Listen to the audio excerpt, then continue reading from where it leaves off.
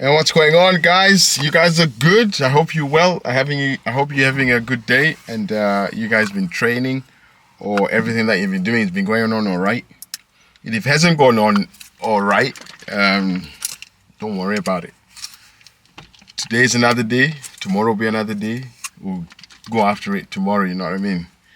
Yeah, one day at a time, 1 hour at a time, 1 minute at a time, 1 second at a time. If there's such a thing, you know.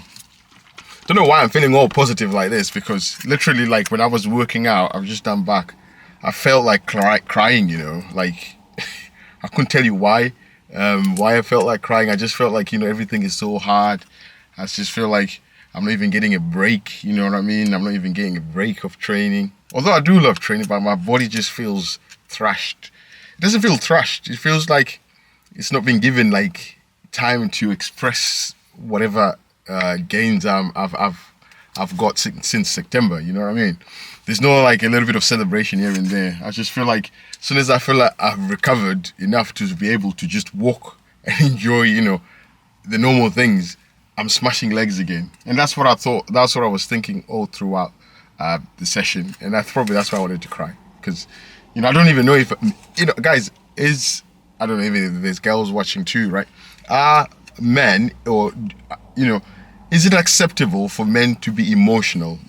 Is it all right for you to cry in front of everybody? Is it all right for a man to cry in front of your family, in front of your girlfriend, in front of in the gym? You know what I mean? Is it acceptable? Are you going to be deemed as weak, or are actually people going to look at you in a different manner? Like, you know what? This guy is all rounded. He expresses himself whenever he's not feeling well. He says it. I don't know. I remember last time I cried. Like, I remember I was working in a restaurant in Italia, and I was still doing my PT course, and I was sat there thinking, I actually no, I was working in Central Park first. I was working in Central Park, which is a restaurant. It's a restaurant, and I was a waiter. You collect the dishes, you give the food, you take the orders and things like that. And that night, I felt like I'd been singled out, but I hadn't been. But what had happened is, there was a customer was eating their steak, and then they choked, and then they threw up. But I was standing not close to him, but like near enough. So everybody, the waiters that were in there, just stood and watched. So none of us went over and did anything. So like, when something happens like that, everybody's looking at each other like, who's going to approach? Who's going to approach? Anyway, I went in and I just did what I did. I took the steak away and I made sure that the customer was all right. But he was all right anyway. But then afterwards, everybody was having a chat. It's like, Weston, why were you just stood there and things like that? And I thought, well, everybody was stood there. You know what I mean? I felt like I had been singled out. But I think I think maybe because I was the oldest there, because most of them were young girls and lads, so they were looking up to me. But anyway, that night I got emotional and I went down the beacon. We've got a beacon here in Reka. I might take actually a video of it as we go. So I went down the beacon. It was about 12 at night. The restaurant had closed, and I sat there thinking, life is not fair. And I started thinking about life and things like that. And I remember crying, shedding a tear, thinking like, but nobody was there, and I felt like I had to do that. And after I cried for like a good 2-3 minutes, thinking like, why is it me? Why is it my fault? Blah blah blah. After I cried, I didn't feel better. I just felt like that was kind of like a waste of time. But probably I let my emotions, go. You know what I mean? But after that, I remember making myself. I told myself like, listen, do not ever cry again, because crying is not going to help you in any way. You know what I mean? Because you feel no different. Your situation you're in, you're not. Nothing's changed, you know what I mean? You're still the same man who just walked down here. So I remember saying to myself like, I'm not gonna cry again. Anyway, the workout itself was kind of like hard, you know what I mean? It was really good. Yeah, I did back, so I started off with so the workout itself, I started off with some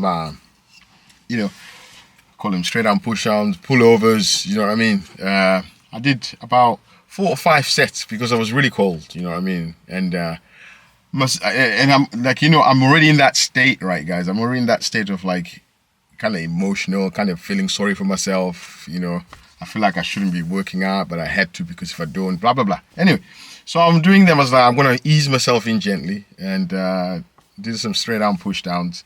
And I think I did about 5 sets. I started it really light. And then I did call it a drop set, like a little drop set. And then after that, I then did some seated rows.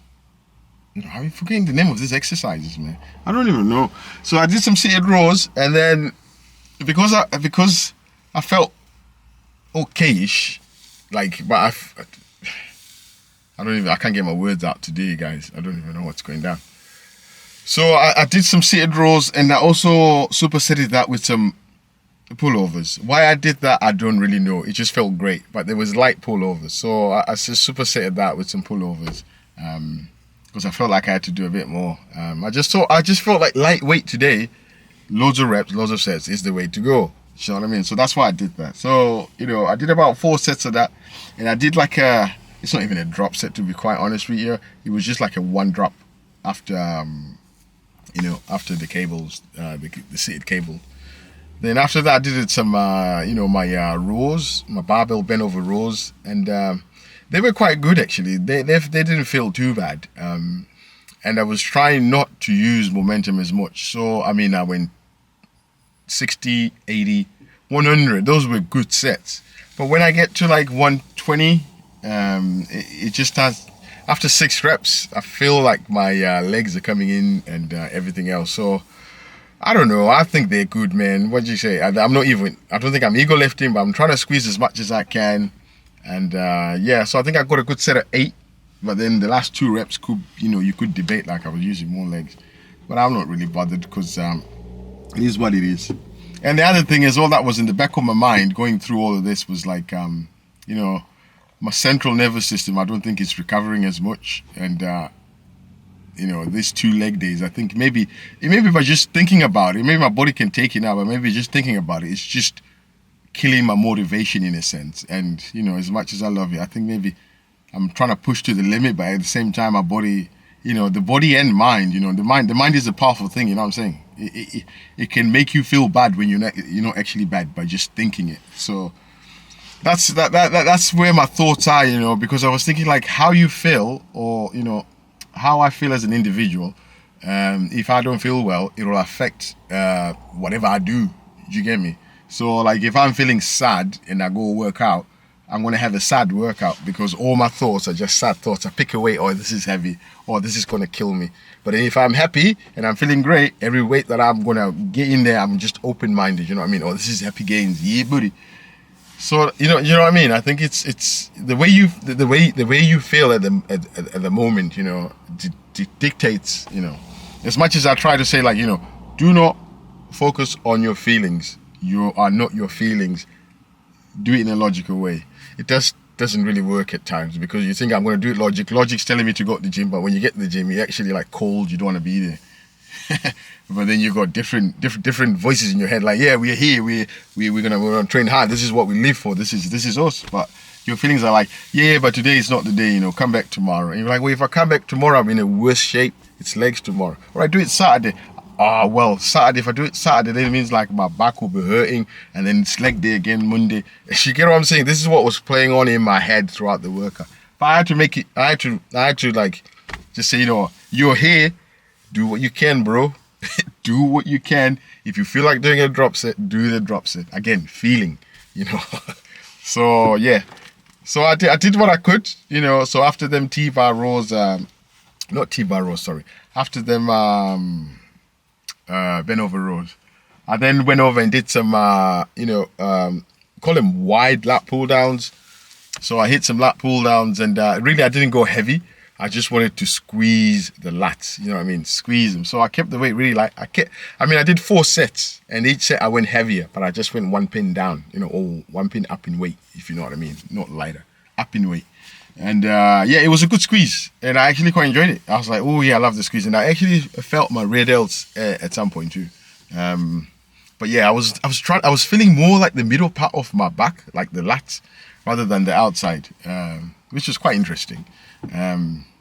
But I enjoyed it. I quite enjoyed that exercise. I'll be doing that more often, to be honest, than ever. Then after that, wanted to do some dumbbell bend over rows. But then again, I thought, you know what, you're doing hamstrings tomorrow, save your back. You know what I mean? So then I did them seated rows on that machine. I ain't got a clue. But Dorian Yates used that machine, you know what I mean? That's all, you know. You get a good stretch of the lat and you can squeeze it, especially when you lean into it, you know what I mean? That's a really good machine, that. And you don't really need a lot of weight, because if you lean in the side with the arm that's moving, it's nice. It's a beautiful squeeze. I've never had a squeeze like that. You can't get that with a bend over row because of the way you can't hold the weight at the top, you know what I mean, if you're doing dumbbell bend over rows. But because you're set down, you can stretch and you can really hold it for a little bit and then stretch it. It's quite nice. I felt my left side more, to be quite honest with you guys, more than the right hand side. The reason why I could sort of like think why, it was because my right side is stronger than my left, so maybe my arm was doing more work than the actual lat or the connection. Do you know what I mean? But you know, I still worked it. I still worked the lat. Then after that, you know, I went over and did what did I do again? Did I do some T-bar rows? It was time to do some T-bar rows, and I didn't want to do T-bar rows because obviously my back. But I thought, you know what, just do T-bar rows, because I thought of Arnie saying like, do it now. So I thought I'll do my T-bar rows. I won't go heavy. If I feel my back is kicking in, just cut it short. So I think I went up to about 5 plates, and I did a set of 8 or 7 or 8, and I was just trying to stretch and squeeze. I didn't want to use momentum a lot, but I found myself using a bit of momentum. But in any case, that was the whole workout, and that's what I was feeling as I was going through the workout. And you just had a bit of a breakdown story of a man crying. So is it you know, is it okay for men to cry? Is it okay for us to cry, or should we cry amongst men? You know, is it better to cry amongst other men that you're close to, that can understand you? Or is it better to just go cry on your own in your own little room, and you write it down, and then you bottle it up, and then you come out the door as that strong guy? Do you know what I mean? I don't know. But I certainly wouldn't cry in front. I wouldn't want to, but you never know, you know, things happen. I wouldn't want to cry in front of my girlfriend and my daughter. I wouldn't want to do that, because then, you know, they look up to me in a certain manner. Unless if it's something like, I don't know, I think if it's something serious like death, then maybe that's different. If somebody's passed away. But like if things are hard, or like I can't get to the gym, or I feel a bit emotional because things are not going very well, because if you crying, in their eyes, they're thinking, well, if dad is struggling, and if those people will look up to you if they're crying, you're like, oh, Jesus Christ, this is the guy we're counting on. That's what, you know, I'm going on a tangent now, guys. But then what do you think? You know, what do you guys think? You know, I'd like to hear your thoughts. If there's ladies out there, yeah, please let me know your thoughts as well. Anyway, so that's the video for today. I've gone on a little bit off topic, but yeah, that's my training. So hamstrings tomorrow. Yeah, guys, so I hope you guys have a good day, and you know, I'll catch you tomorrow. Keep it cool, keep it keep it gains. We out. Lightweight, baby.